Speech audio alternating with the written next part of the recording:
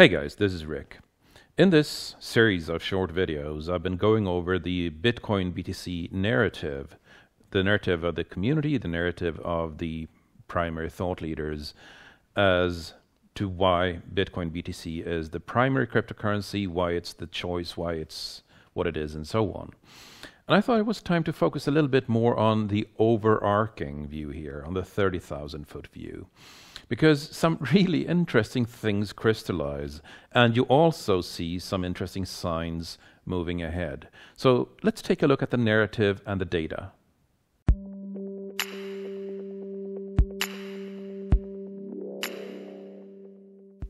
So the key selling points of Bitcoin BTC.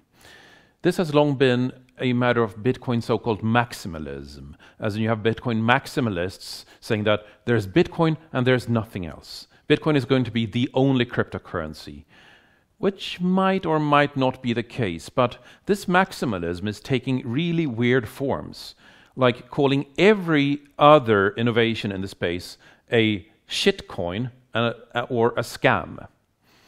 And this applies even to comparably market leaders, like wildly successful projects like Ethereum, Monero, Zcash, and so on. Ethereum is a total scam according to Bitcoin maximalists.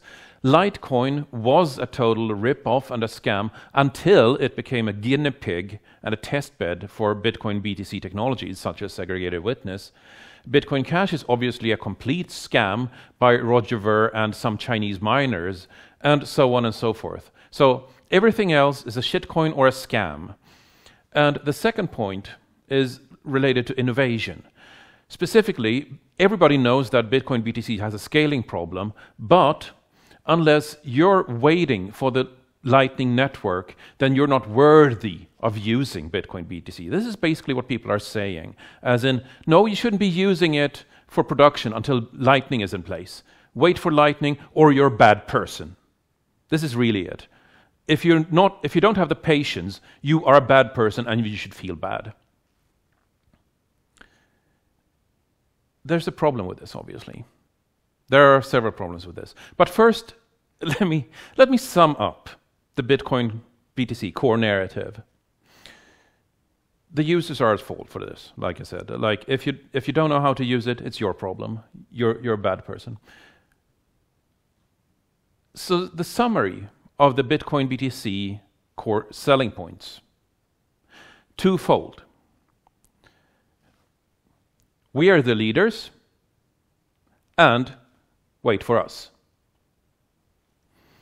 And when you're putting it like this, it kind of comes a little bit painfully clear, doesn't it? That this is not going to hold. But this is what the Bitcoin BTC community is saying. Only not in these words. This is my summary. But, you know, the world waits for no one. The world waits for no one. If you can't keep up, don't step up. The data is interesting to look at in this context. Coins by market capitalization. This used to be 96% Bitcoin BTC. Bitcoin BTC is still the largest share, but Ethereum is now 2/3 of Bitcoin BTC by market cap. It used to be 1/10. It is now 2/3. The trend here is very, very clear. And you have others, Bitcoin BCEH being the third largest cryptocurrency, and then you have Stellar, Neo, Litecoin, EOS, and a bunch of others which rotate in and out on pretty much a weekly basis.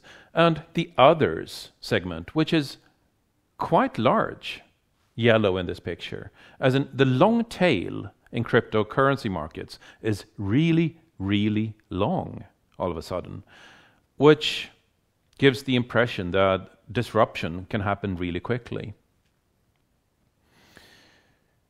But the trend here is clear to see, and even more so when we look at usage. When we're looking at the number of transactions per network, we can see that Bitcoin is no longer the biggest network. Bitcoin is quite by far the biggest network. It is the second largest, but the biggest is Ethereum and has been for some time.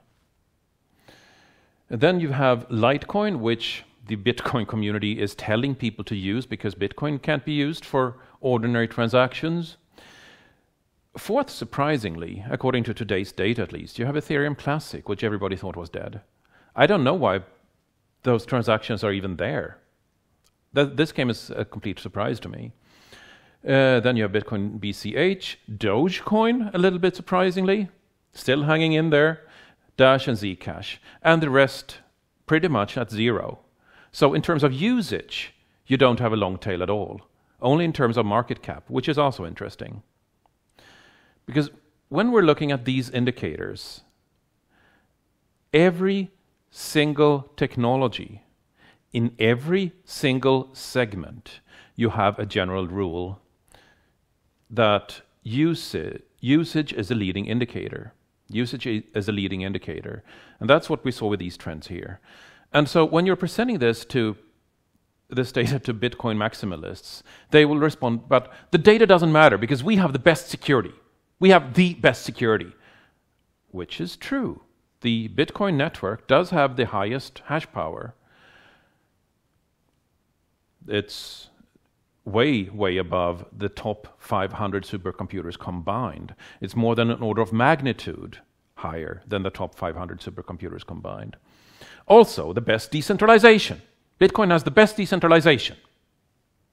So numbers don't matter. Usage don't matter.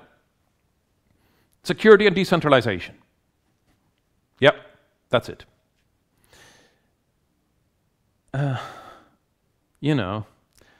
Maybe not really. Let's observe first that usage is dropping. Usage is dropping. So maybe security and decentralization is not what drives usage. We can observe that when we're going to a foreign country and exchanging our native money, be that US dollars or euros or yuan or what be it, to whatever they're using in that foreign country, what are we asking ourselves in terms of what currency to change to? Well, I guess I already gave the answer in the question. We're asking, well, what do people there use? So I can use money there. Specifically, they do not ask what has the better security or what has the better decentralization. These are complete non-factors in choosing what currency to use. Absolutely not. The only reason to change into a certain currency is what utility it gives you. How much can you use this? Which brings us into the network effect and Metcalfe's law and all of that. So, and yeah, no, not even censorship resistance. When one of our friends go on vacation, I have never, ever heard somebody ask me, I'm going to this country, what currency should I use there based on which has the best censorship resistance? The notion is, frankly, silly. This is just out of touch with reality. The question is, who's got the best utility? All other metrics follow usage. This is observed in software. This is observed in any network. Any network. And remember, it was usage, it was trade that bootstrapped Bitcoin. It was not digital gold. It was not censorship resistance. It was not, you name it. It was Silk Road, plain and simple, that bootstrapped this. So for people who think that they're holding some sort of golden Krugerrand when holding Bitcoin, because it's secure and because it's decentralized and because it's censorship resistant and because it's what plants crave, because it's got electrolytes. I'm sorry, but this is Bitcoin BTC is no digital Krugerrand. It is no digital Krugerrand. If you're saying that you shouldn't use it, if you're saying that you cannot use it, then this is not a digital Krugerrand. It is a Dunning Krugerrand. It is a Dunning Krugerrand, a term that, fittingly enough, came into the Urban Dictionary in 2014 when this nonsense of digital gold and not being a currency or a medium of exchange started creeping into the narrative. So I'm really sad to see Bitcoin BTC going this way. I really am, honestly. But I need to be brutal to myself, having put a lot of money into this. I need to be brutally honest about how I'm seeing this, as I've always been. And Bitcoin BTC is in a really hard spot at the moment. Having a community saying, we are the leaders, wait for us, does not bode well. There was a company called Faucet. If you haven't heard of it, that's part of the point I'm making. They were the world leaders in making mechanical calculators. You would punch in a number and turn a crank, and it would perform arithmetic operations for you. Management were so stubborn in mechanical quality, outperforming all these electrical novelties in the mid-70s, early 80s, that even at the time when the staff internally were using electrical calculators, management die-harded in producing only mechanical ones. As in, when you can't read the writing on the wall just by walking through your own office, it's going to be really, really, really hard to make you see the writing on the wall. And you know, with Bitcoin BTC, it is not just that the community themselves don't use it. And you should ask people who challenge this, do you use Bitcoin for something daily? And if so, what? It's not just that they don't use it for something daily.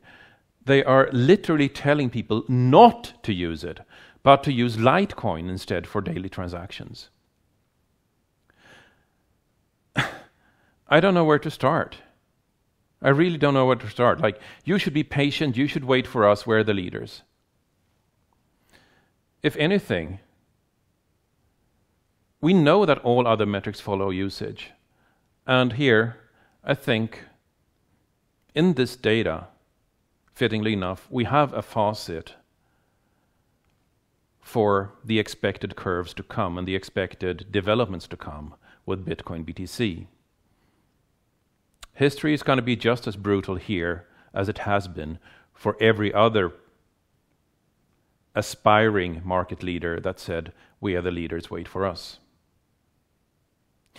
Next Sunday, in 2 days, we're going to take a more positive look at the adoption path of Bitcoin and cryptocurrency. It's not going to be Bitcoin BTC, but there is an adoption path, and we need to jump on it because the window is closing. And that's in 2 days.